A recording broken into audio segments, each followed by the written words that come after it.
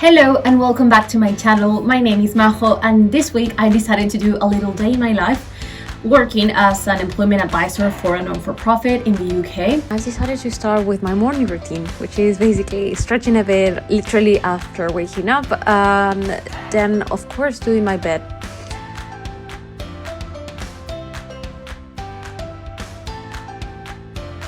Well, after that I put on my gym clothes and then I brush my teeth. I am laughing there because this is the first video that I do like this, so that's why for me it doesn't come as natural. And more stretches.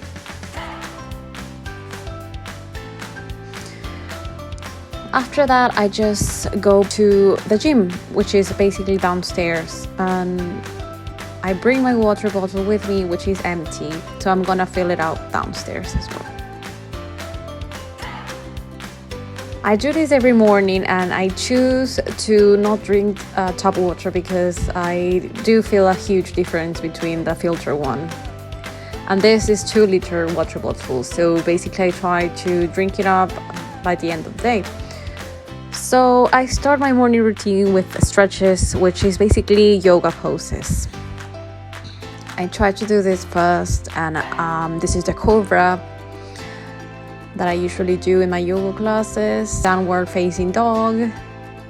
I don't remember the name of that pose, but I just love the way it stretches all of my legs and everything else. Another downward facing dog, and then the child pose. After that, which is usually 15 minutes of yoga, I do meditation, which is basically breathing work, and I try to focus my mind in just nothing, which is sometimes hard. And when a thought comes to my head, I just watch it pass it by, which is basically what meditation is all about. Then some more breathing. I love to do that because usually I am with so many thoughts about the things that I have to do in that day, and this meditation helps me to just relax a bit. After that, what I do is I usually go on the treadmill for another 20 minutes.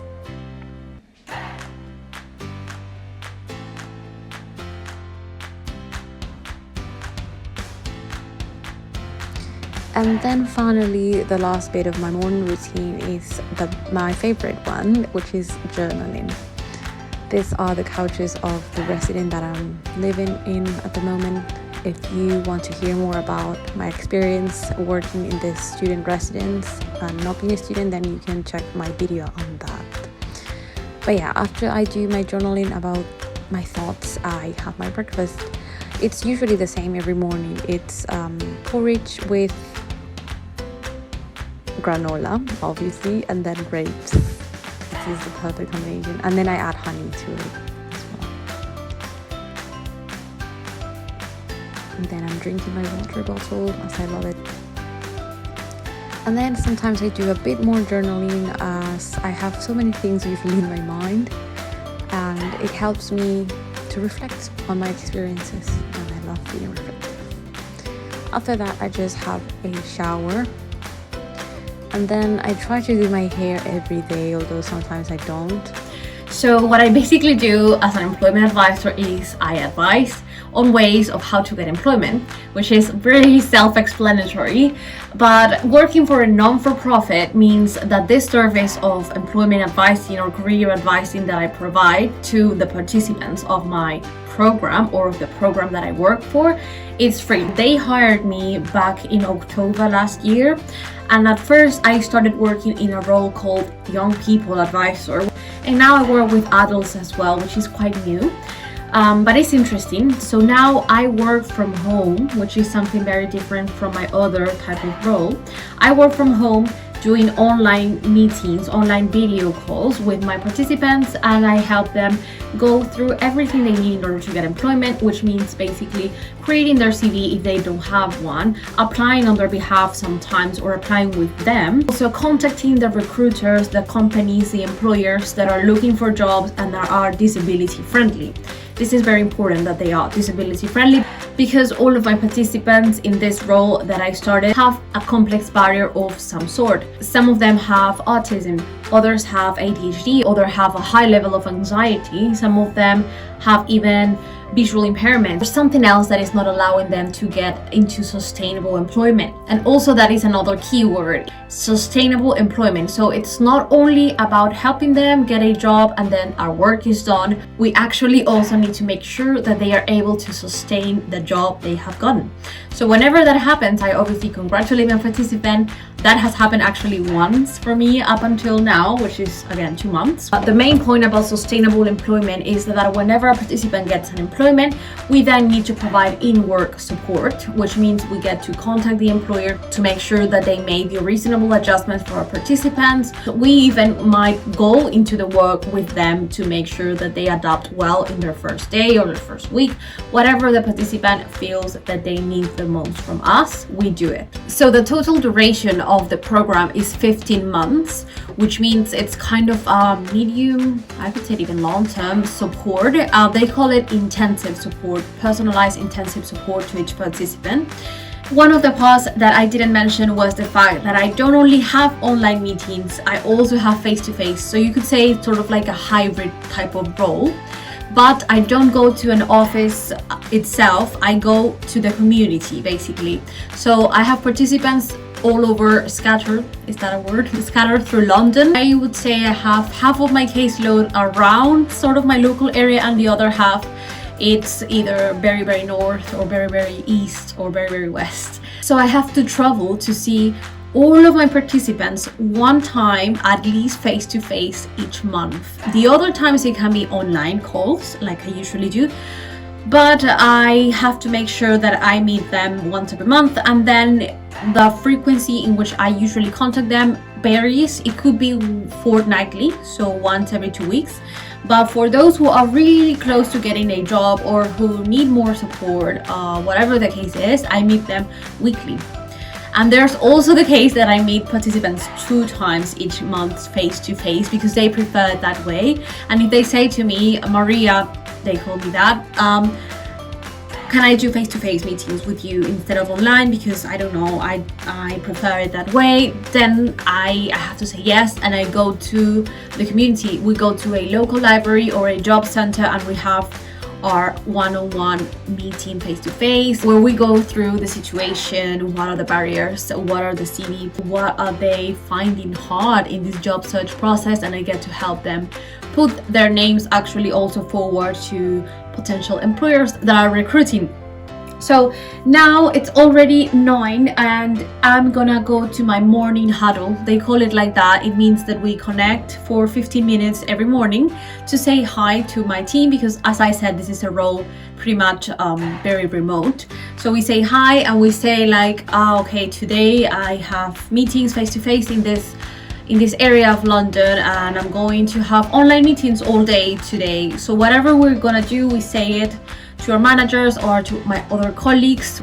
So I'm gonna enter my morning huddle and then I have a training at 9:30. So after my morning huddle, I have a training on how to write a CV, how to do effective applications, and how to write a cover letter. So these would last 2 hours. So my morning huddle, it's from 9 to 9:30.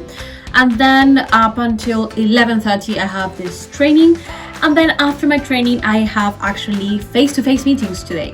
So no online calls today. I like that today I am not traveling that far. My commute time today is 35 minutes, I think. So it's not that bad. So with that said, I will go into my morning huddle. Hello. So basically this is me having this morning huddle with my colleagues and exchanging whatever things we are going to do.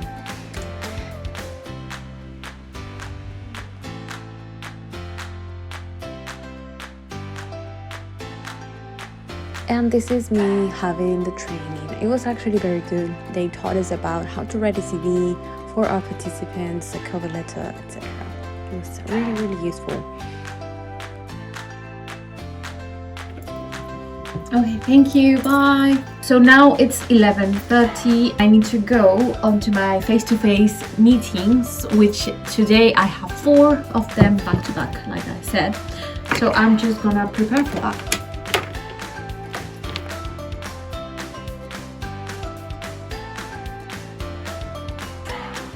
So now I'm heading to my face-to-face meeting, and since my face-to-face meeting that day was going to the British Library, I don't live as far from that, so I decided to take on a Lime bike. Let me know if you live in London as well and you also love Lime bikes. I'm just obsessed with them. I try to use them as much as I possibly can, and my company pays for all my travels. It doesn't matter if I use the bus, the train, or cycling. So I'm going right now to the British Library and finally there. And today actually was a nice day. Usually it's raining, but today wasn't, and actually a bit sunny.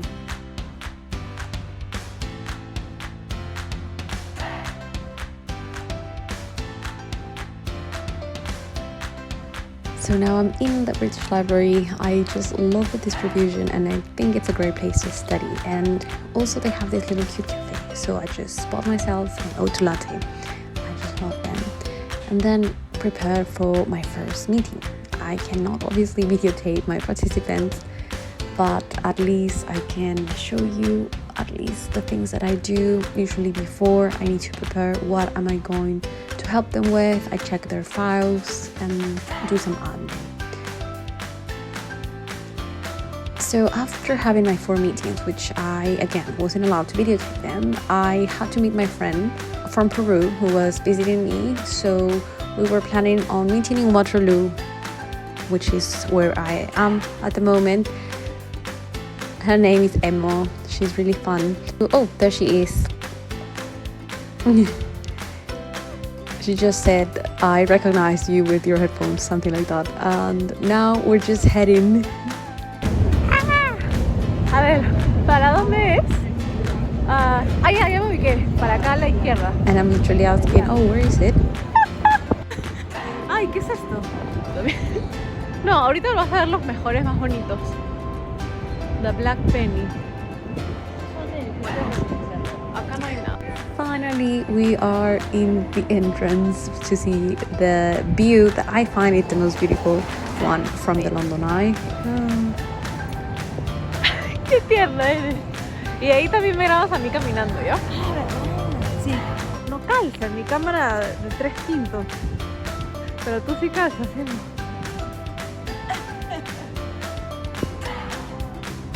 How can I not love this view? It never gets old.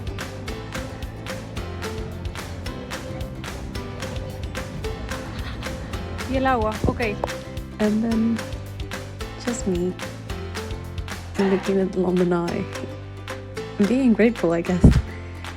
So this is something that I usually do. I go to bookstores a lot, and of course I love to see the non-fiction part and just checking it out. And I saw they had these little cute Paddington bears, and actually Paddington Bear, or Peru where I'm from, they usually know it from Paddington Bear because there's a book that Paddington Bear goes to Peru and visits Machu Picchu, which is very fun. Then I found this Ikigai, Japanese secret to a long happy life. And I love the Ikigai concept, and I haven't read the book, but I just love the concept. And I also found this little cute box of joy, which is supposed to give you a card to do something fun every day, like sharing a smile or act like an animal. That was unexpected.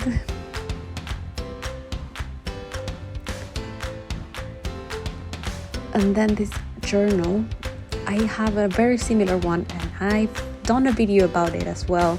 It's my evening ritual, so what I write about evening reflection. So everything reflective, things I love, like journaling, meditation, yoga. Then we went to eat and have a dinner. I think it was Giraffe that we went to. And there she is. Just coming out.